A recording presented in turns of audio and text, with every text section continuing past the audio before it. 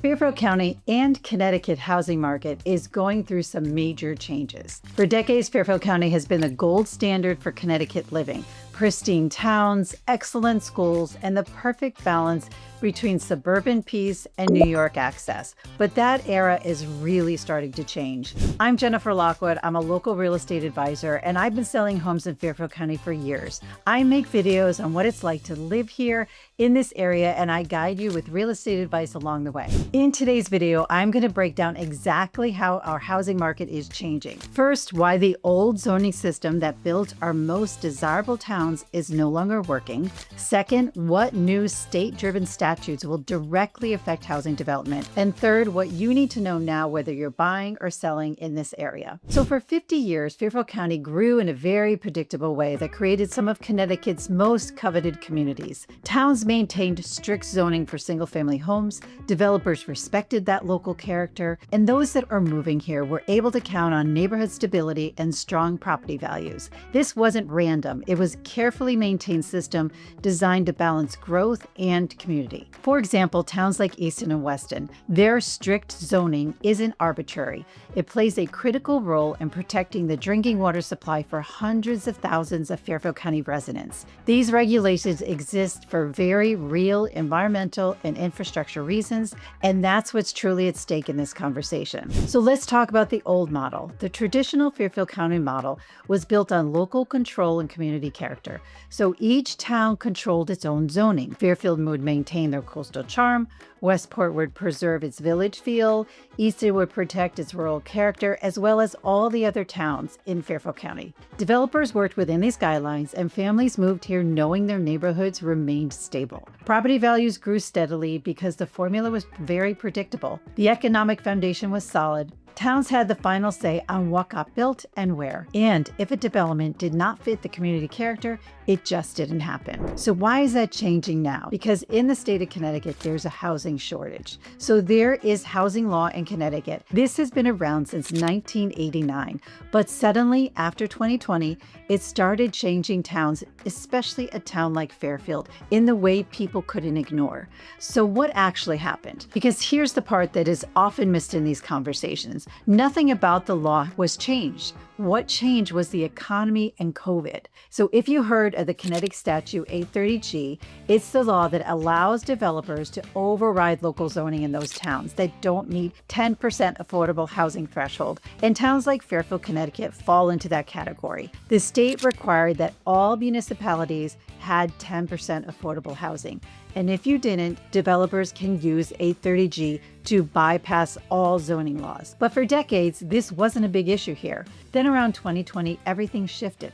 So during COVID, demand surged, buyers moved in from New York and New Jersey, prices jumped, and suddenly building in towns like Fairfield became financially viable for developers in a way that they hadn't been before. Developers recognized this opportunity, and the 830G became a tool that actually made those projects happen. And at the same time, inventory dropped to very low levels that we have not seen before. And when there isn't enough housing, pressure builds and something has to give. That's when the law became visible, not because it was new, but because it started being used more aggressively and at a larger scale. And now you had lower cost to build, and developers saw and recognized the return on their investment. So instead of one small project here or there, you started seeing multiple proposals. And that's when communities really started paying attention. So if you're wondering why 830G suddenly feels like a new issue in Fairfield or in another town, it's not new at all. It's just being used aggressively, and it's being used all throughout areas of town. So in the middle of residential areas where you would not expect a building, all of a sudden goes up,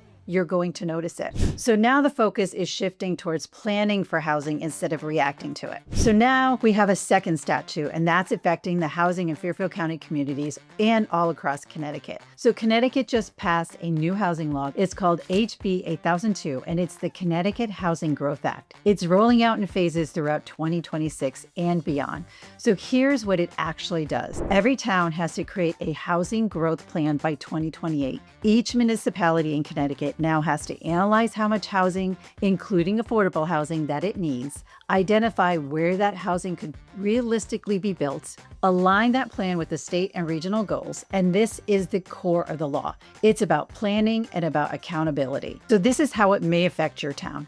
Starting July 1st, 2026, commercially zoned properties. So if you look around your town and you see vacant offices, empty retail, closed storefronts, those can be converted into residential housing with 2 to 9 units without any public hearing or special permits. Towns can require that the ground floor stay commercial, but they cannot block the conversion above that. But for developments over 10 units or more, it's a more involved approval process that applies, including affordable housing requirements. And this is not a law that opens the door to massive apartment complexes appearing overnight in single-family neighborhoods, but it does do its work alongside the 830G Affordable Housing Statute, and together, these two laws are creating real pressure on every town in Fairfield County and throughout Connecticut to rethink how and where affordable housing gets built. Some towns are positioned to adapt well, others, particularly rural towns. With all of these changes, if you are thinking of buying in the area, make sure you download my free buyer's guide to guide you through the process here in Fairfield County. One other aspect that's quietly being talked about is the new parking rule. So for smaller developments, the state has eliminated minimum parking requirements altogether for anyone that builds anything 16 units or less.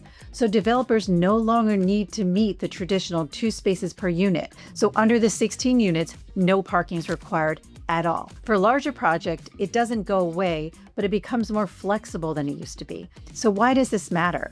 Because parking has quietly become one of the biggest limits on how much housing can get built. And this law is removing that barrier, especially in walkable areas and areas near the train lines. But here's where it gets serious for towns that don't engage. Towns are required to create housing growth plans by 2028. Towns that fail to submit a compliant plan or don't make progress toward housing goals face consequences, including loss of state school construction funding, loss of infrastructure grants, and increased vulnerability to 830G appeals. And this is arguably the biggest consequence. This means developers can continue to file affordable housing applications that bypass local zoning, and there's very little towns can do to stop that. So who actually comes out ahead in all of this? So let's talk about the towns that are positioned well. First, anywhere with existing train infrastructure like Fairfield, Norwalk, and Stamford. These towns are surviving the shift. When remote work flexibility meets the occasional need to commute into the city, direct Metro North access becomes a real competitive advantage. And that's not going away. And here's something that doesn't get talked about enough. The rental market in Fairfield County is genuinely strong right now. And why? Because New York City rents have become almost impossible for a lot of young professionals, and they're leaving, and many of them are landing here, near train stations. And that demand is real and it's consistent. Plus, with the lack of inventory, it's been very difficult for first-time homebuyers to buy a home, so they end up renting for some time. Did you know that only 21% of sales last year were first-time homebuyers? And that is the lowest it has ever been. So the bottom line is the towns that adapt strategically, that lean into their infrastructure and plan for the next wave of residents, those are the towns that are going to capture the demand and hold their value. Now, at the same time, not everyone sees this as a positive shift, and that's important to understand, especially if you live here or thinking about buying here. A lot of longtime residents are concerned about what this means for their towns. More housing requirements often mean more development, and that can start to change the character of the community. So while change may happen, it's more likely to be absorbed differently than in areas that are still evolving. So the reality is this isn't a one-size-fits-all outcome.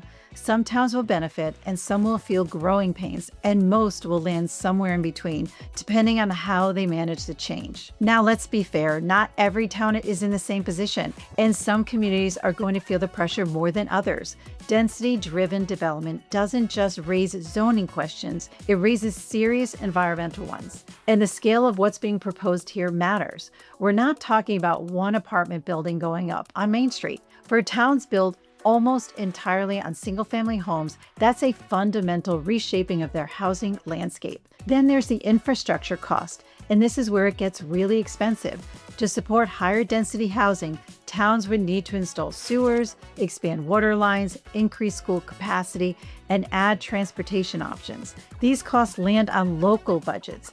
That means they land on property tax bills. So residents in towns that weren't built for this kind of growth. So what does this all mean if you're thinking of buying in the area? It means you can't just look at the house. You have to understand what's happening around it, and even things like parking and traffic over time. So before you buy, it's important to understand not just the property, but the direction the town is heading. What could be built nearby, how zoning may evolve, and what that means for your day-to-day living and your long-term value. The buyers who understand this up front make much better decisions than the ones who only look at what's there today. So what does this mean if you're thinking of selling? It means buyers are looking beyond your home, they're evaluating the area and what could change around it. The sellers who take control of the narrative and position their home in the best possible light are the ones still seeing the strongest results even as the market evolves. Tight housing inventory is expected to persist through 2026, but we do not expect a return to a balance from real estate market conditions. The short-term outlook shows continued price pressure. Projections for 2026 show even stronger growth ahead. Over the next 2 to 3 years, you'll see which town successfully adapts to the new requirements and which struggle with the transition. But knowing these changes is only the first step, because even with all of this transformation, the right neighborhood will still offer incredible opportunities for the smart buyers and sellers. If you're considering a move to Fairfield County, I can help you understand where these changes are happening and whether they'll actually impact your decision. My contact information is below. Feel free to schedule a call with me. If you found this information helpful, make sure you hit subscribe for more insight on Fairfield County's evolving market. Thanks for watching, and I'll see you on the next one.